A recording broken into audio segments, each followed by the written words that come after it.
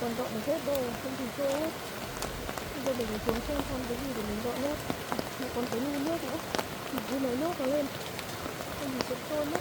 Cái đã mưa to như thế này, các thứ lại lên cao ấy.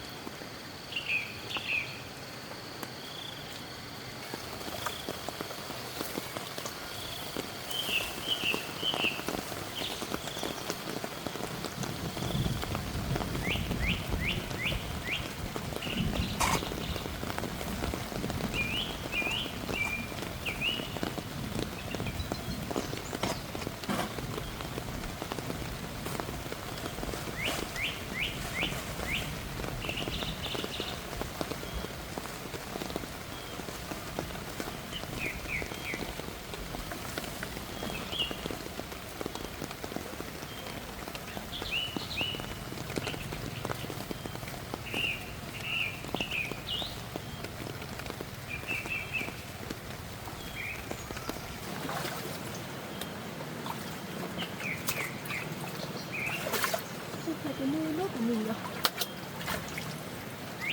trôi đi đâu rồi?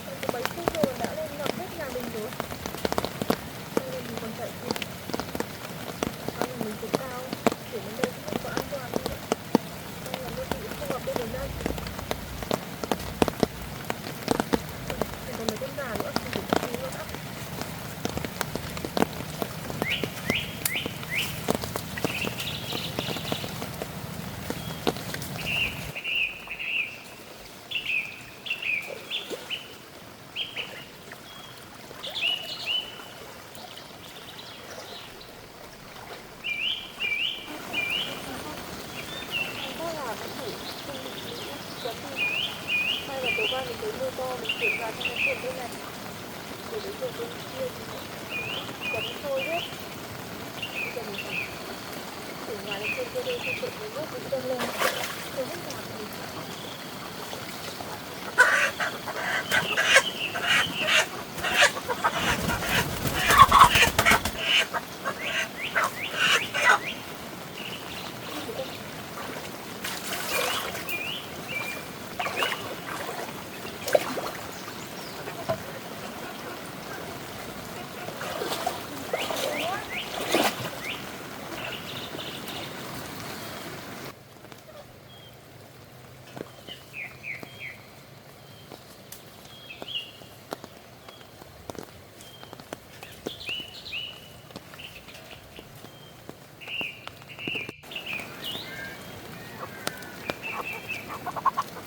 Đây nhá, ở đây ở bên kia cái tên nữ sơ mắt.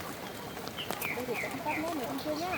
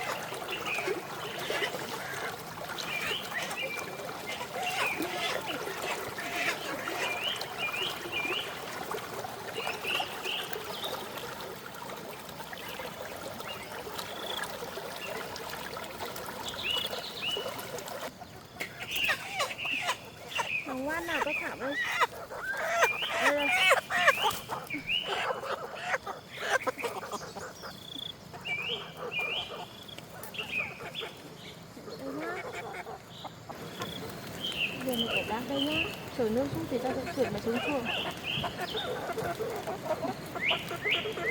Chuyển xuống đây.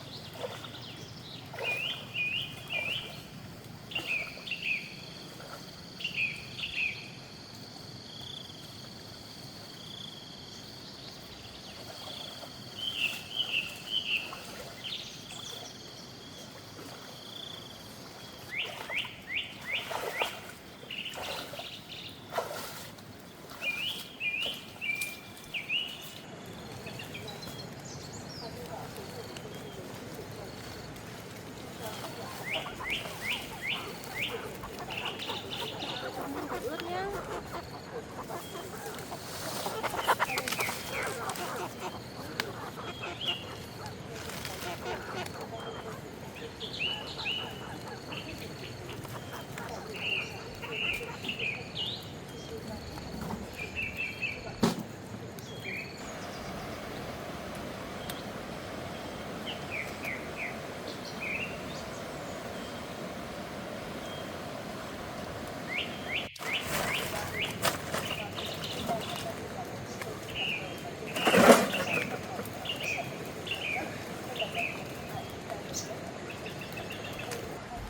Mình mong rằng nước lũ sẽ không dâng lên đến đây. Lũ mà dâng cao lên đến đây mình không biết chạy đi đâu nữa. Thằng cô Lan bảo là ở chỗ này cao nước lũ cũng không hay lên đến mà dạo này mưa bão nhiều, nước lũ về nhanh quá, ngập là mình chạy mãi mới kịp được.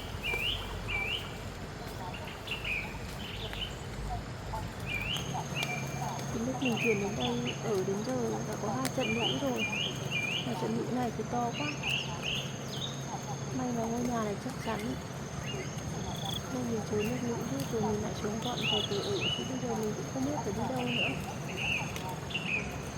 Cầu mong là ông trời đừng có mưa nữa để nước lũ rút.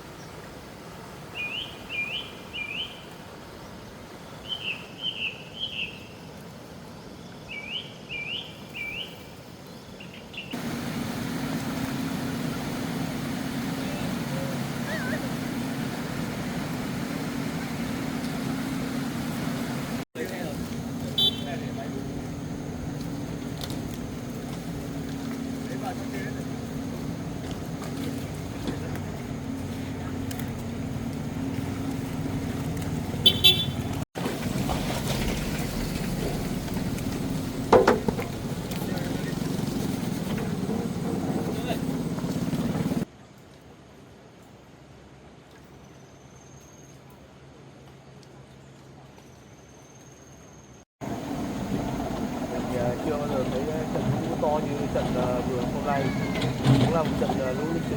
Trận lũ đợt này làm thiệt hại bao nhiêu của cải của nông dân mà thật là đáng sợ.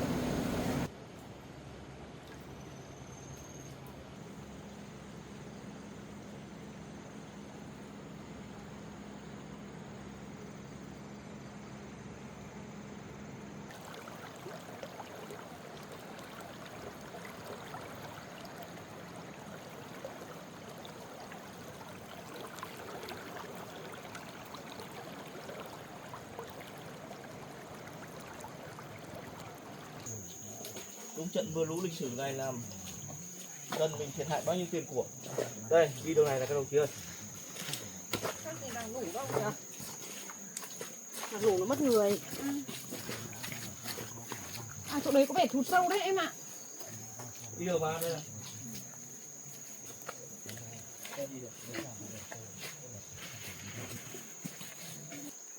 Chỗ này hơi rộng các đồng chí ơi.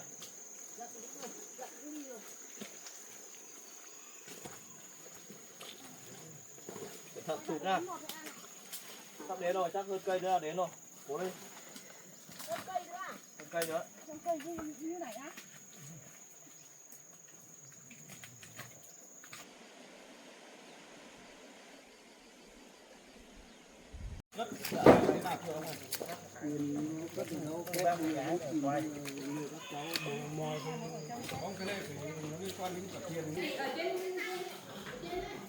Ông nhấn lên đây đi. Cho đi qua. Đồng chí cứ để tôi làm cho. Đồng chí tránh ra để tôi. Em phải nhá. Rồi. Cái nào nhẹ em cầm đưa đây cho em đấy.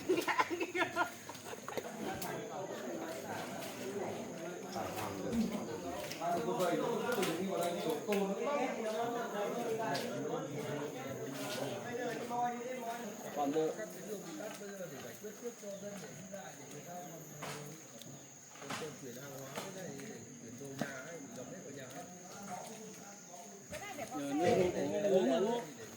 Nhưng mà em chỉ có này thôi. Thế cũng cấp hơn là cao hơn nữa.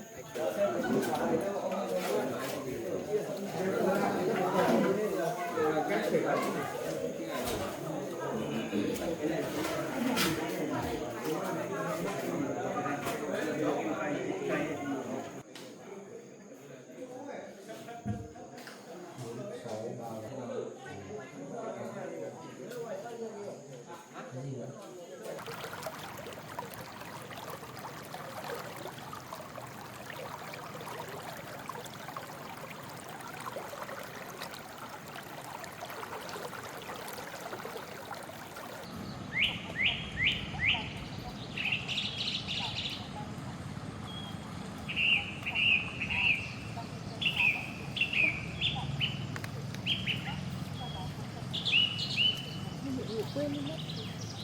Trời cũng tạnh rồi. Nước lũ cũng đang rút dần rồi.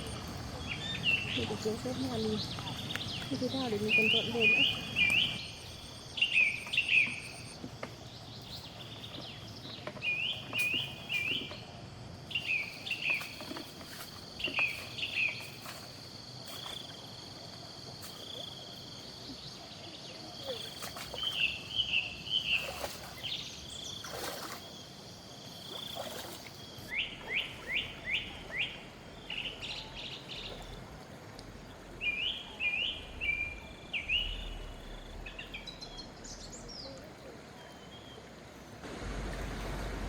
Nụ khô cuốn trôi hết vườn rau của mình rồi.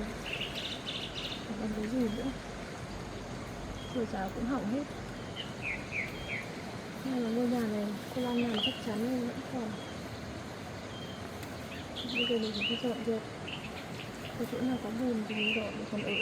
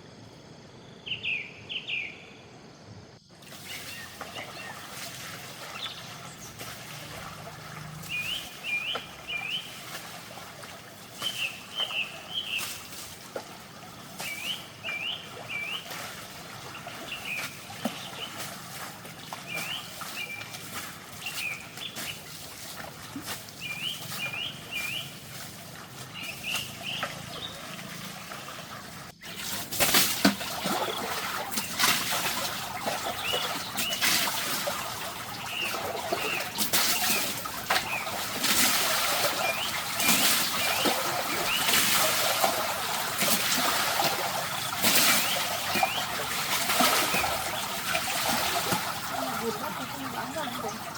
Nhiều. Vượt qua là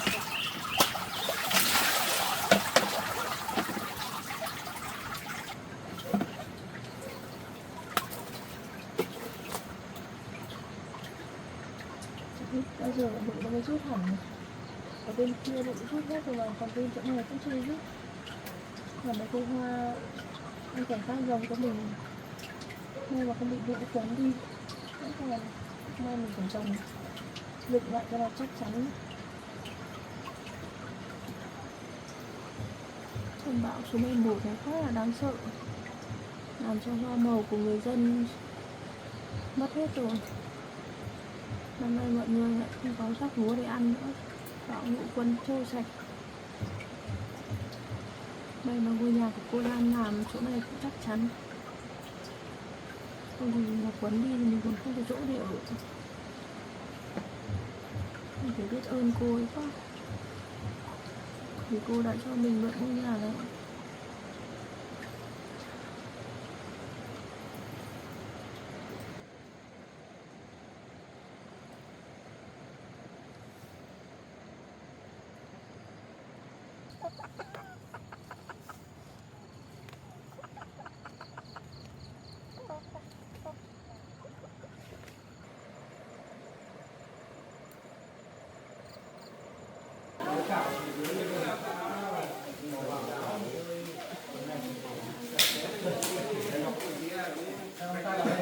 Chưa đây đồng chí ơi.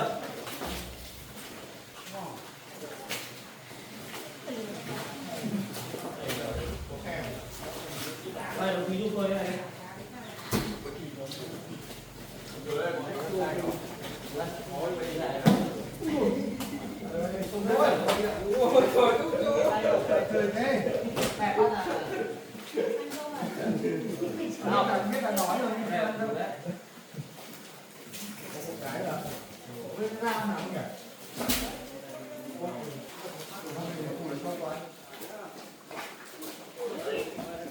Cả cây keo dài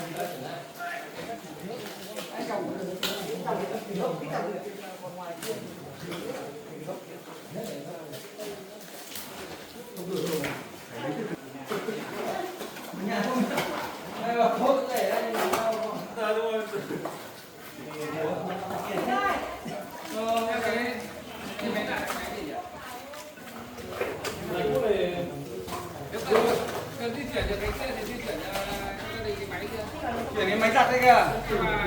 đọc nước. Cái này là chờ máy thôi. Mình hộ chuyển đồ nó cái này thì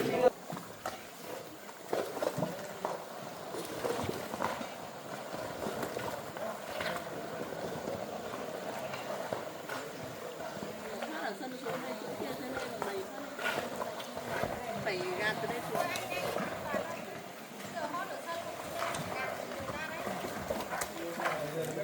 Giải quyết vấn đề từ đây.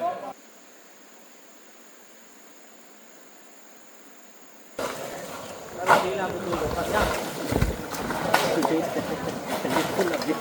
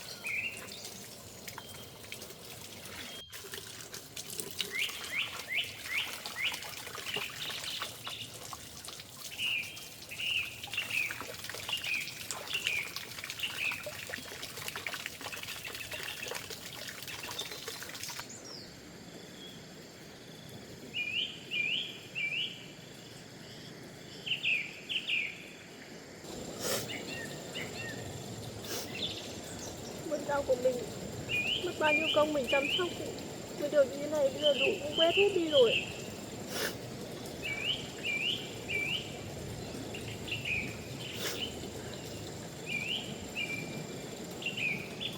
Lũ đi qua chẳng còn cái gì hết.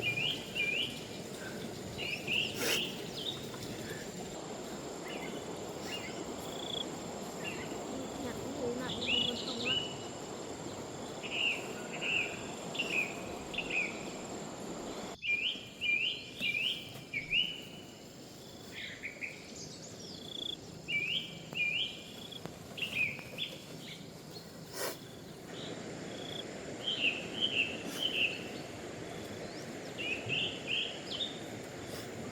Lên rồi. Lên. Con làm gì đấy?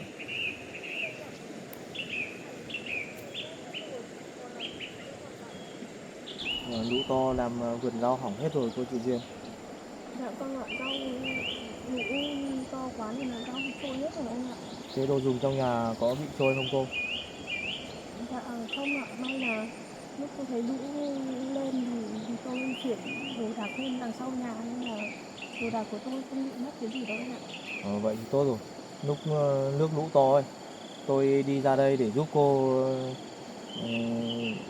để xem nhà cô có bị ảnh hưởng gì không ấy.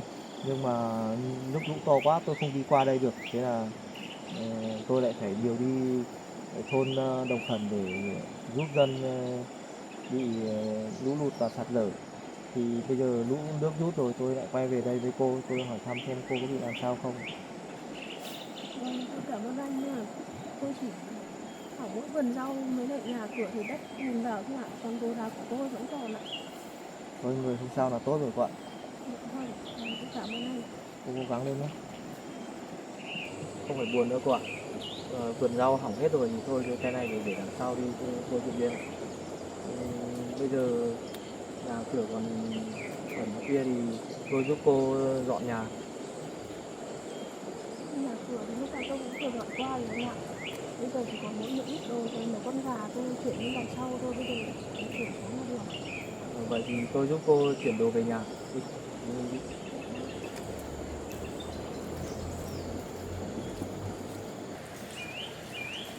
Cô để đồ trên này à?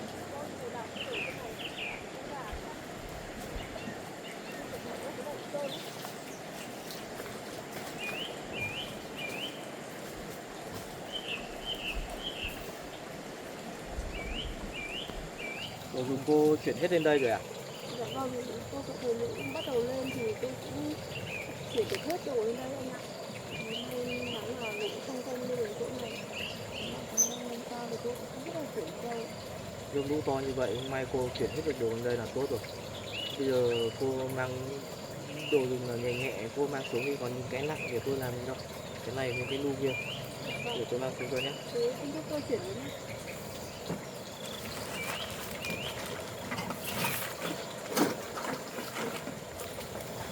Đấy hơi trơn đấy ạ, đi cẩn thận. Rồi, tôi biết rồi.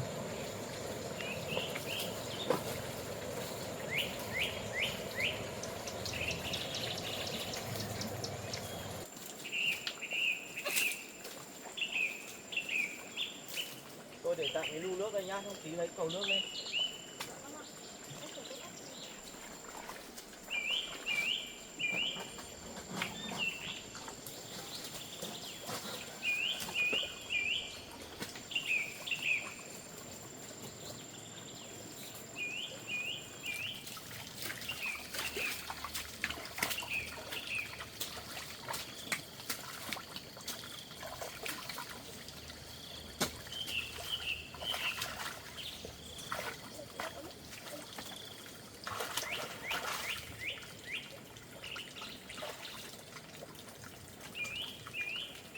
Có một thôi, đấy.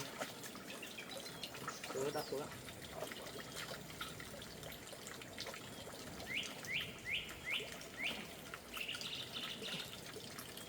Rồi.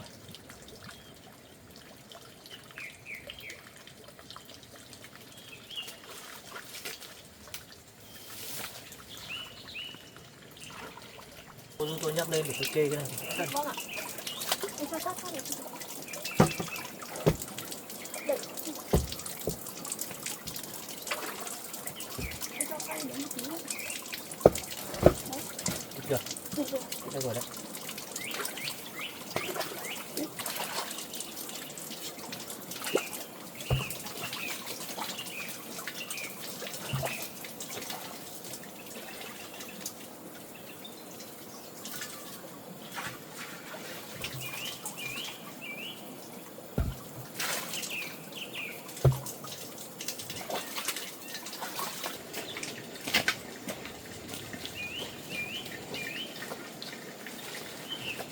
cô đi cất nốt đồ đi, còn mấy con gà tôi bắt xuống cho. Vâng, thế Dạ. anh hộ tôi với nhá, tôi cất đồ xong tôi lên tôi phụ anh ạ.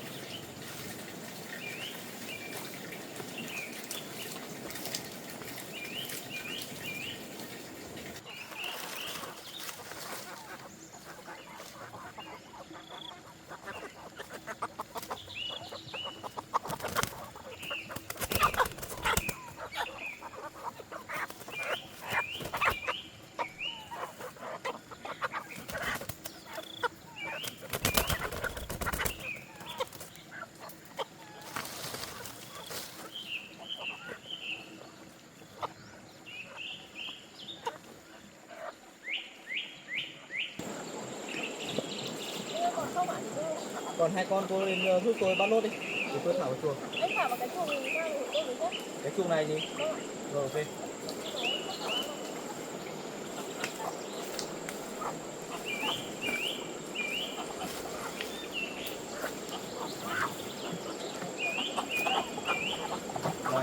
ở đây nhá, phải rũ ra.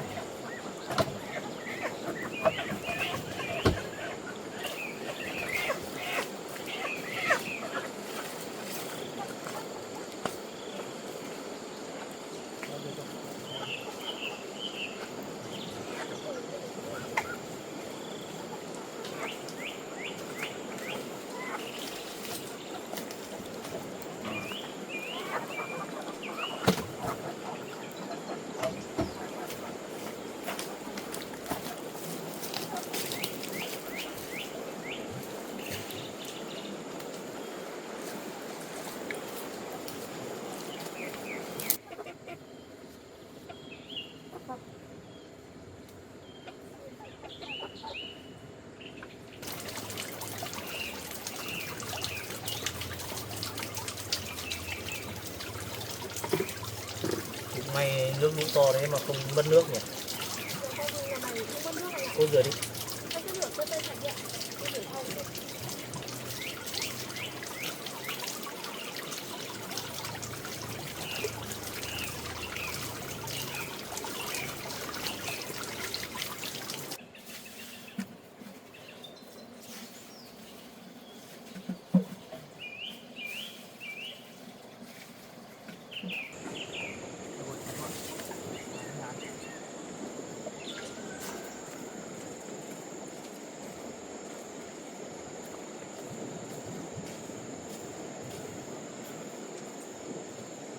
Vườn rau hỏng hết rồi. Anh vào trong nhà ngồi nước ạ. Thôi cô ạ, tôi đứng ở đây một lát cũng được.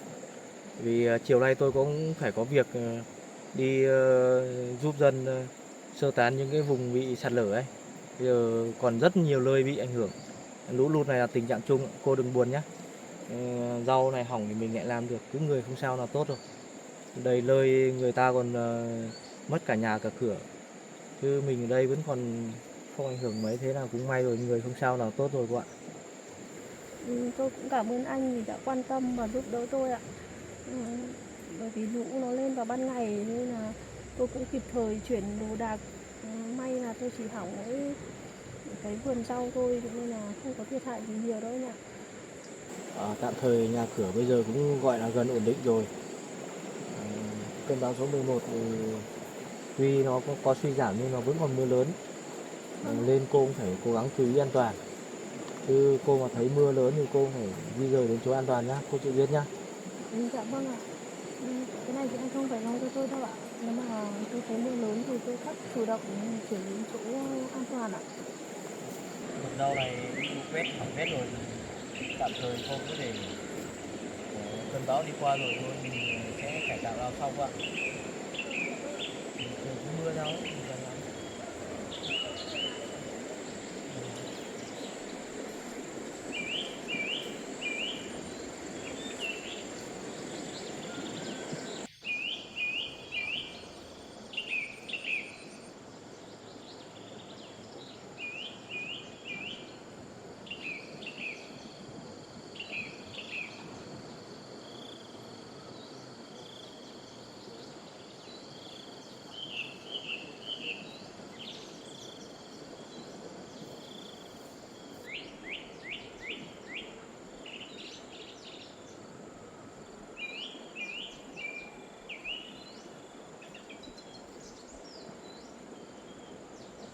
không?